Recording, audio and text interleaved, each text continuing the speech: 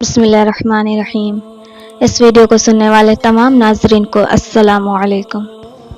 لیلۃ القدر یعنی شب قدر، اللہ کی طرف سے خیر و برکت کی رات۔ اس رات میں قرآن نازل ہوا۔ یہ رات وہ رات ہے جس کے بارے میں اللہ تعالیٰ نے قرآن میں فرمایا کہ یہ مہینہ 1000 مہینوں سے بہتر ہے، یعنی اس رات میں عبادت کا کرنا 1000 مہینے عبادت کرنے سے زیادہ بہتر ہے۔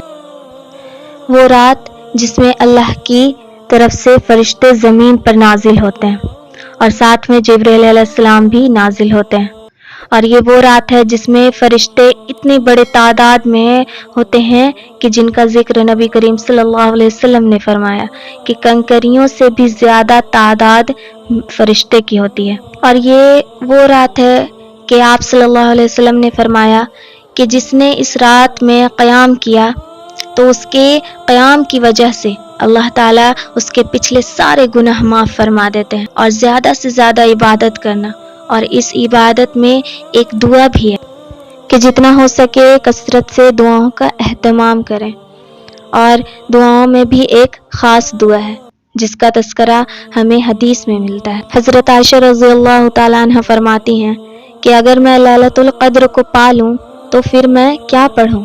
تو آپ صلی اللہ علیہ وسلم نے فرمایا کہ عائشہ تم یہ کلمہ پڑھو، اللہم انک عفو تحب العفو فاعف عنی، جس کا ترجمہ ہے اے اللہ بے شک تو بہت معاف کرنے والا ہے، معاف کرنے کو پسند فرماتا ہے، بس تو مجھے معاف فرما دے۔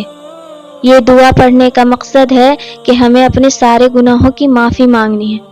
اللہ سے دعا ہے کہ اللہ ہم سب کے سارے گناہوں کو معاف فرمائے، آمین، اور ہم سب کو کثرت سے لیلۃ القدر میں عبادت کرنے کی توفیق عطا فرمائے، آمین۔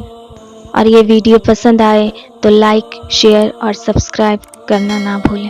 شکریہ۔